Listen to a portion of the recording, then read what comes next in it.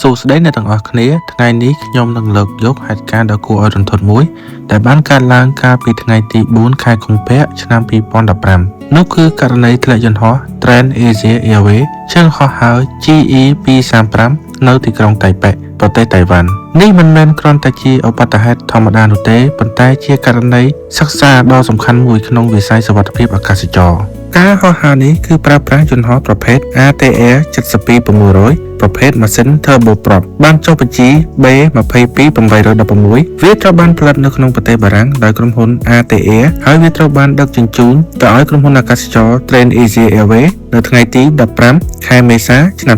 2014គិតចាប់ពីថ្ងៃដែលចាប់ផ្ដើមប្រតិបត្តិការរហូតដល់ថ្ងៃដែលជួបគ្រោះថ្នាក់ដល់ថ្ងៃទី4ខែកុម្ភៈឆ្នាំ2015យន្តហោះនេះមានអាយុកាលប្រើប្រាស់ការងារត្រឹមតែប្រហែល9ខែនិង20ថ្ងៃតែប៉ុណ្ណោះការហោះហើរមាន pilot ចំនួន3នាក់អ្នកដឹកនាំក្នុងការហោះហើរទី1ប្រធានអាកាសយានិកកាពីតែនលោកឡាវជៀនសុងអាយុ42ឆ្នាំលោកទើបតែបានឆ្លងកាត់ការហ្វឹកហាត់ដំឡើងតំណែងជាប្រធានអាកាសយានិកកាពីតែននៅឆ្នាំ2014លោកមានបទពិសោធន៍ហោះហើរសរុបប្រហែល4916ម៉ោងក្នុងនោះលោកមានបទពិសោធន៍ហោះហើរជាមួយយន្តហោះ model ATR 72ចំនួន3402ម៉ោងទី2សហការយានិក First Officer លោកលីស៊ីសុងអាយុ45ឆ្នាំលោកមានបទពិសោធន៍ហោះហើរសរុប6502ម៉ោងទី3អ្នកបើកយន្តហោះ Observer លោកហុងពីងចុងអាយុ63ឆ្នាំលោកមានបទពិសោធន៍សរុប16121ម៉ោងជើងហោះហើរ Trend Asia Airways GE235 បានហោះចេញពីពលានយន្តហោះសុងសានក្នុងទីក្រុងតៃប៉េនៅថ្ងៃទី4ខែកុម្ភៈឆ្នាំ2015វេលាម៉ោង 10:52 នាទីព្រឹកម៉ោងក្នុងតំបន់តៃវ៉ាន់ថ្ងៃទី4ខែកុម្ភៈឆ្នាំ2015នៅទីក្រុងតៃប៉េប្រទេសតៃវ៉ាន់អាកាសធាតុត្រូវបានគេចាត់ទុកថា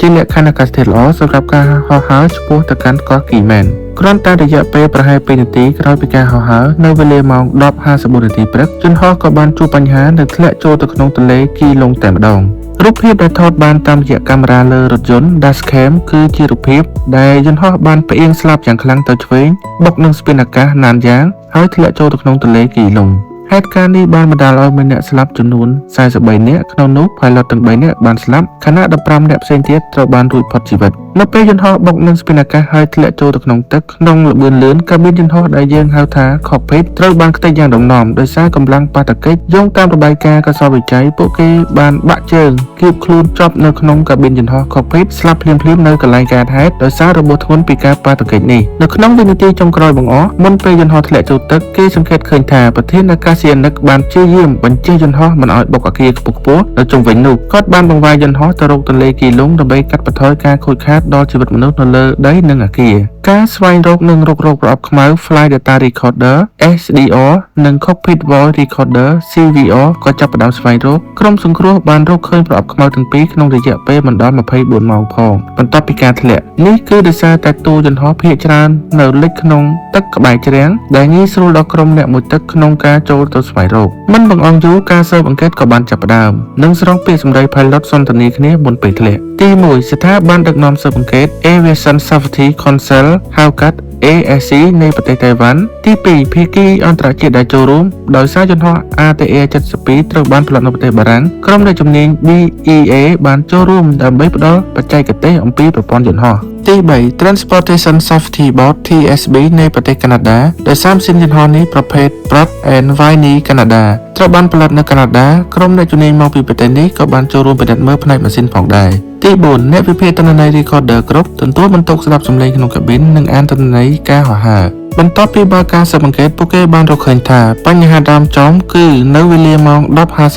7 វិនាទីសំឡេងសញ្ញាព្រមាន Master Warning បានបន្លឺឡើងនៅពេលយន្តហោះឡើងដល់កម្ពស់ 1200 feet ស្មើនឹង366ម៉ែត្រម៉ាស៊ីនទី2ខាងស្ដាំបានជួបបញ្ហាបច្ចេកទេសដោយឯងមិនប្រក្រតីនៃឧបករណ៍ចាប់សញ្ញា Sensor នៅលើម៉ាស៊ីនទី2ម៉ាស៊ីនខាងស្ដាំម៉ាស៊ីនបានកាត់បន្ថយថាមពល Auto Filter ដោយសារតែប្រព័ន្ធត្រួតពិនិត្យម៉ាស៊ីនបានចាប់សញ្ញាថា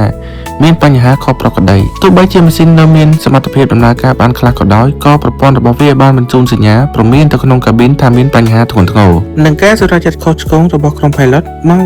10:53 វិនាទីប្រធានអាកាសយានិកកាពីតែនឡាវបាននិយាយថាខ្ញុំនឹងទាញម៉ាស៊ីនទី1មកវិញ I will pull back the number 1 throttle នៅវេលាម៉ោង 10:53 19 វិនាទី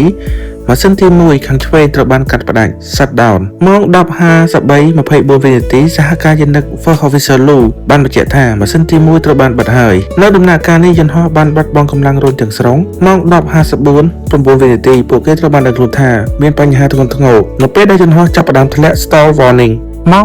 10:54 នាទី 27 វិនាទីប្រធានអាកាសយានិកបានស្រែកឡើងថាវ៉ាវម៉ាស៊ីនទី1ត្រូវបានបិទហើយវ៉ាវ number 1 featuring វាជាពេលដែលគាត់ដឹងថាពួកគេបានបិទម៉ាស៊ីនដែលនៅល្អចោល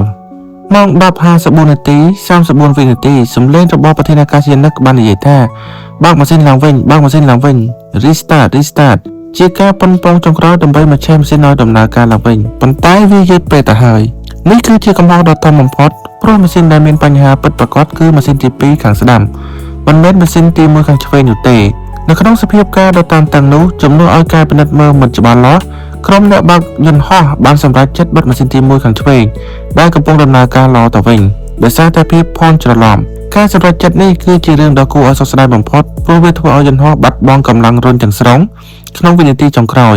កម្លាំងទាញរបស់យន្តហោះបានធ្វើឲ្យវាកោងកាច់ស្លាបឆ្វេងបុកនឹងស្ពានអាកាសនិងធ្លាក់ចូលក្នុងទន្លេគីឡុងតែម្ដងយន្តហោះ ATA-72 មានសមត្ថភាពអាចហោះហើរដោយម៉ាស៊ីនតែមួយបានយ៉ាងល្អប្រសិនបើក្រុមអ្នកបើកបរយន្តហោះនៅជើងហោះ GE235 រក្សាទុកម៉ាស៊ីនដែលមិនមានបញ្ហាម៉ាស៊ីនទី1ឲ្យដំណើរការនោះពួកគេនឹងអាចត្រឡប់ទៅចុះចតនៅភ្លានយន្តហោះសងសានបានដោយសុវត្ថិភាពសរុបសេចក្តីមកជើងហោះ GE235 បណ្ដាលមកពីការរួមបញ្ចូលគ្នារវាងបញ្ហាម៉ាស៊ីននិងការសម្រេចចិត្តខុសរបស់ក្រុម pilot Human error ក្រោមសម្ពាធខ្លាំងនេះជាមេរៀនដែលឧស្សាហកម្មអាកាសចរបានកត់ត្រាទុកយ៉ាងចិត្តទុកដាក់បំផុតដើម្បីកែលម្អការហ្វឹកហាត់លើការដោះស្រាយស្ថានភាពបន្ទាន់យើងសូមគោរពដល់វិញ្ញាណក្ខន្ធអ្នកដែលបានបាត់បង់ជីវិតក្នុងហេតុការណ៍នេះជួបជាមួយខ្ញុំនៅវីដេអូក្រោយទៀត